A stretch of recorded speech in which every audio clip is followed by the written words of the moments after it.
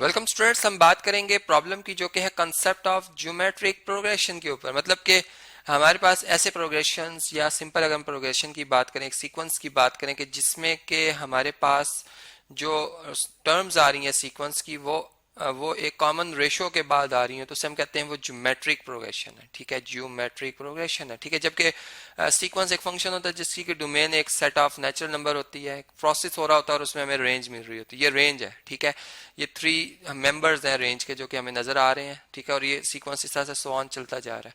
अब ऐसा है कि क्वेश्चन में कि फाइंड द 11th टर्म, मतलब देखें अगर ये इसमें फर्स्ट टर्म है 1 प्लस आयोटा, ये 2 सेकंड टर्म है, तो 4/1 प्लस थर्ड टर्म है, तो इसी तरह से 11th टर्म बतानी है सीक्वेंस की।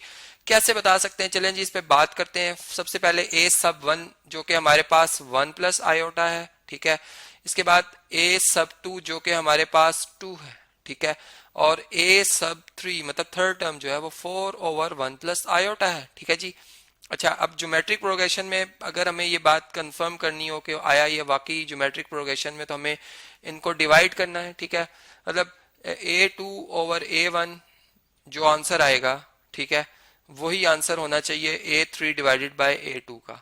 अब ये बात हम कंफर्म करते हैं कि आया ये बात ठीक है या नहीं। ठीक है, तो पहले a2 को a1 पे डिवाइड कर लेते हैं। a2 किसके इक्वल है जी? 2, और ये है 1 प्लस आयोटा। ठीक है, इसी तरह से अगर मैं यूं कहूं कि a3/a2 ये किसके इक्वल है, तो a3 किसके इक्वल है जी?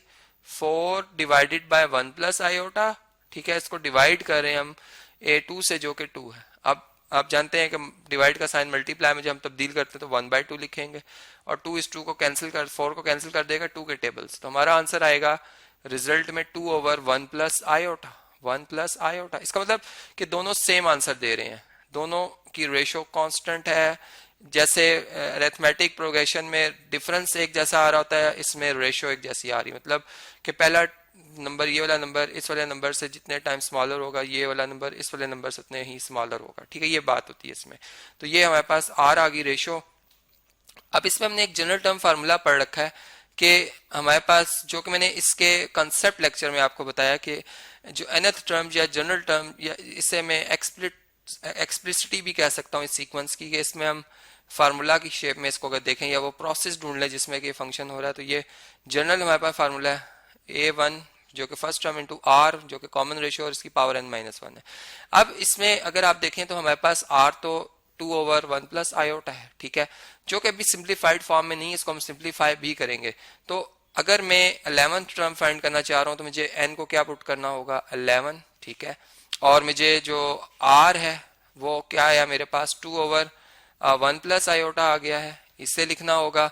जबकि a1 जो मेरे पास फर्स्ट टर्म है वो है 1 प्लस आयोटा। ठीक है, वो है 1 प्लस आयोटा। तो देखें अगर मैं ये वैल्यूज पुट कर लेता हूं तो मेरे पास जो इक्वेशन नंबर 1 है, फार्मूला है, ये क्या शेप अख्तियार कर जाएगा? हम लिखेंगे बाय यूजिंग दीज वैल्यूज। ठीक है जी, इक्वेशन 1 या इक्वालिटी 1 ये भी कह सकते हैं हम, बिकम्स क्या बन जाएगी जी? इसमें अगर हम देखें तो हमारे पास a सबसे पहले 11 आएगा, n की जगह 11 रिप्लेस करेंगे, a1 1 प्लस आयोटा। ठीक है जी, और r है 2/1 प्लस आयोटा, 2/1 प्लस आयोटा। ठीक है, और होल पावर n-1 मीन्स के 11-1 जो कि 10 आती है। ठीक है, तो यहाँ से 1 प्लस आयोटा या, ठीक है चलें यहाँ पर ये 2 पावर और 1 बल्कि 2 डिवाइडेड बाय 1 प्लस आयोटा और इसकी होल पावर 10 आ गई। ठीक है, अब अगर इनकी पावर्स को अलग अलग कर दिया जाए तो हम देख सकते हैं कि हमारे पास ये 1 प्लस ये 2 की पावर 10 है, लेकिन जो आयोटा है 1 प्लस आयोटा है इसकी पावर 10 है, और ये है 1 प्लस आयोटा, मतलब एक पावर कम हो जाएगी। ठीक है, लॉ ऑफ एक्सपोनेंट के मुताबिक। तो ये 10 में से 1 माइनस कर देंगे, मैं 9 लिख दूंगा। ठीक है, बात आप क्लियर होगी आपको, इसलिए मैंने चाह के इसको इस तरह से लिख दूं। ठीक है, ये बात हमें यहाँ तक समझ में आ गई। अब देखें इसमें मजीद जो इसको हम अब सिंपल बना सकते हैं। हमें 11th टर्म पता चल गई, आंसर आ चुका है। ठीक है, आंसर आ चुका है। अब अगर 2 पावर कोई पूछता है कि 10 किसके इक्वल है, तो हम कैलकुलेटर से देख लेते हैं इसे। देखें ये 2, ये हमारे पास पावर का बटन है, देखें इस तरह से सिंबल आ जाता है। 2 पावर क्या लिखनी है हमने जी? हमने 2 पावर लेनी 10। ठीक है, 2 पावर लेनी है 10, तो चलिए 10 लिखते हैं। ये कितनी बनती है? ये आती है जी 1024। 1024, ठीक है। जबकि 1 प्लस आयोटा जो है, 1 प्लस आयोटा जो है, अगर इसको एज इट इज ही रहने दे दिया जाए तो ये इस तरह से हम इसको लिख सकते हैं, ठीक है। ये हमारे पास इसका एक फाइनल आंसर आ जाएगा। अब ये अपनी सिंप्लीफाइड फॉर्म में नहीं है, इसको हम इसकी सिंप्लीफाइड फॉर्म में ला सकते हैं, ठीक है। वो इस तरह से है कि अगर मैं आर को यहाँ पे सिंप्लीफाइड फॉर्म में ले आता, ठीक है, आर किसके इक्वल था, 2/1 प्लस आयोटा के इक्वल था, ठीक है।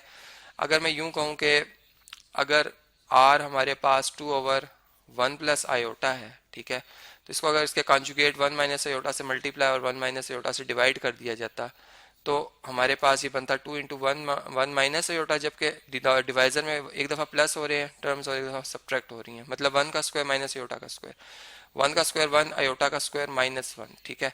तो वो 1 + 1 2 आ जाएगा, 1 + 1 2 आ जाएगा और 2 2 को कैंसिल कर देगा, 2 2 को कैंसिल कर देगा और हमारे पास आर जो है वो आ जाएगा 1 माइनस आयोटा, ठीक है। तो हम यूं भी कर सकते हैं कि हम रिप्लेस कर दें आर को इस फार्मूला में, ठीक है। यहाँ पर ये जो हमारे पास फार्मूला है, ये चले इसे मैं दोबारा कॉपी करता हूँ, ठीक है। और यहाँ पर हम इसको इस तरह से लिख लेते हैं कि हमारे पास ये रिजल्ट अब इस शेप में भी आ सकता है। ये देखें जी, यहाँ से अब अगर हम A11 टर्म फाइंड कर रहे हैं तो A11 जो है वो इक्वल टू किसके आ जाएगी जी, A11 इज इक्वल टू आ जाएगी A1 जो कि 1 प्लस आयोटा था, ठीक है, R जो कि 1 माइनस आयोटा है और इसकी पावर 11 माइनस 1 10, यू भी लिख सकते हैं, ठीक है।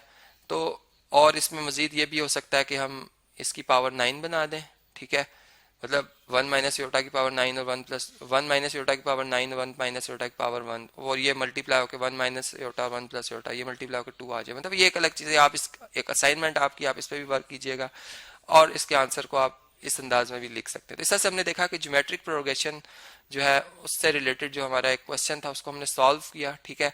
चलिए एक और असाइनमेंट में आपको देता हूँ, एक ज्योमेट्रिक प्रोग्रेशन है, ठीक है, ये क्वेश्चन नोट कर लें, इसको आप सॉल्व करेंगे, ठीक है। इसमें अगर मैं कहूँ कि आपने 5th टर्म मालूम करनी है, ठीक है, जबकि जो प्रोग्रेशन है वो है 3, 6 और 12, ठीक है। और इसमें अगर मैं रेशियो भी बता दूं आपको तो इसमें रेशियो बनती है, देखें 3 6 से 2 टाइम्स स्मॉलर है या 6 3 से 2 टाइम बिगर है, ठीक है, 3 2 6 होते हैं और 6 2 12 होते हैं। तो रेशियो इनमें आर जो है वो 2 है। तो इस तरीके से n आप 5 फुट करके इसी जनरल फार्मूला को यूज करके इसका आंसर फाइंड कर लीजिएगा।